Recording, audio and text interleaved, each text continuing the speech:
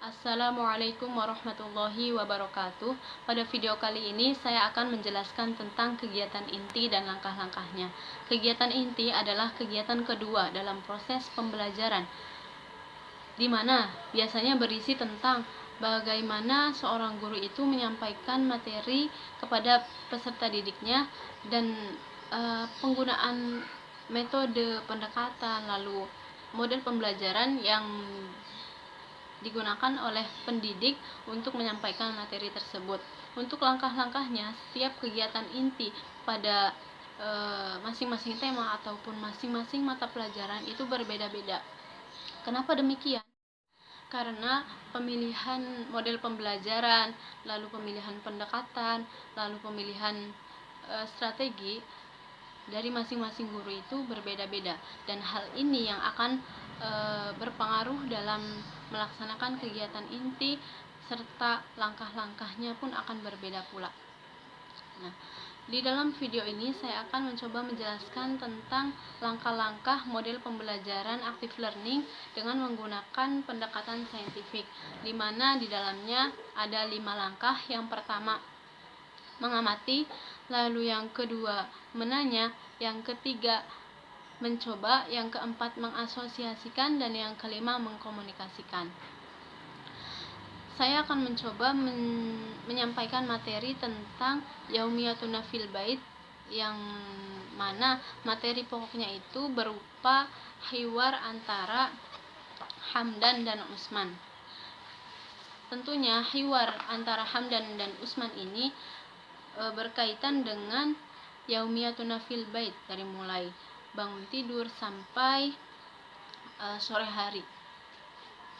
Nah, dalam tahap pertama atau langkah pertama mengamati, saya akan meminta seluruh peserta didik untuk mengamati teks hiwar dalam buku pegangan peserta didik yang mereka miliki masing-masing, sambil mendengarkan apa yang saya ucapkan atau ketika saya membacakan hiwar tersebut.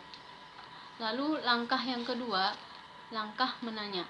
Setelah langkah pertama selesai atau telah dilaksanakan, saya akan mencoba memancing seluruh peserta didik dengan memberikan pertanyaan seperti ini.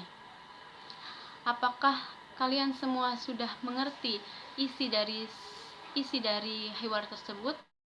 Nah, ketika seorang peserta didik memiliki kejanggalan akan mufrodat yang menurut mereka asing dan mereka belum mengetahui artinya, maka secara otomatis peserta didik tersebut akan bertanya kepada gurunya mengenai arti dari mufrodat tersebut.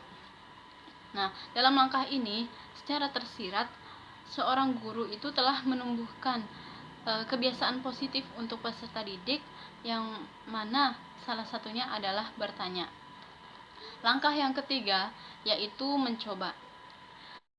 Karena posisi peserta didik sudah membentuk letter U, dan menurut saya posisi ini cocok untuk melakukan hiwar, yang mana nantinya saya akan membagi seluruh peserta didik menjadi 2 kelompok. Akan tetapi kelompok ini tidak disatukan.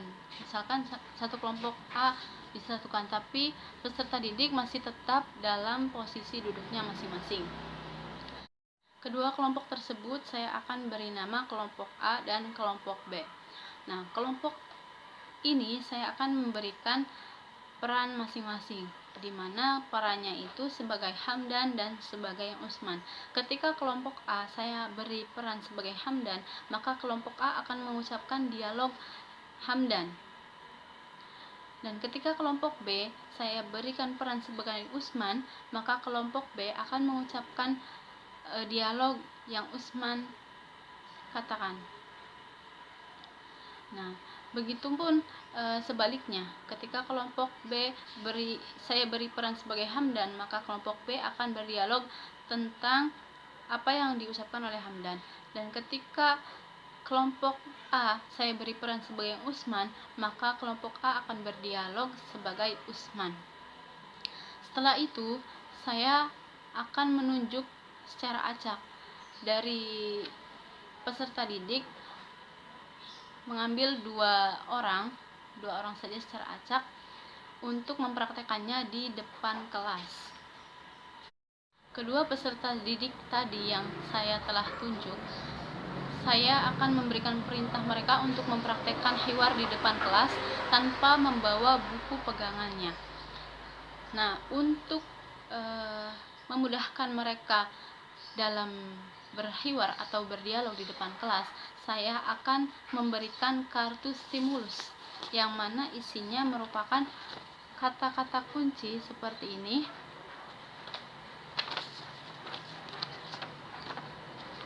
Dan seperti ini, sehingga mereka memiliki gambaran apa sih yang akan mereka katakan seperti itu.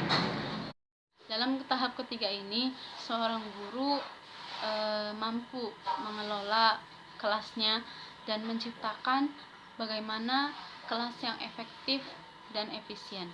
Selain itu, seorang guru juga dapat memberikan penilaian proses belajar. Contohnya demikian.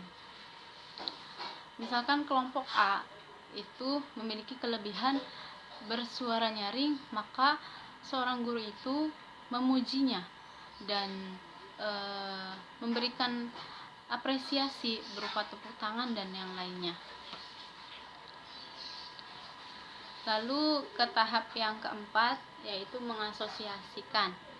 Saya di sini meminta kepada seluruh peserta didik membuat satu kelompok yang terdiri dari 2 orang, di mana nantinya saya akan meminta mereka berdua untuk membuat dialog atau hiwar sederhana sesuai kondisi dari mereka masing-masing.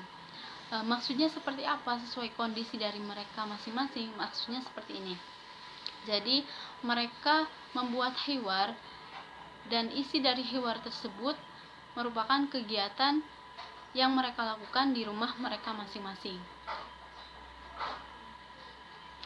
Setelah itu langsung ke tahap yang kelima atau langkah yang terakhir dalam pembelajaran active learning, yaitu mengkomunikasikan. Setelah seorang peserta didik mampu membuat hiwar sederhana yang sesuai dengan kondisinya masing-masing, maka mereka akan mempraktekannya di depan kelas beserta teman sekelompoknya.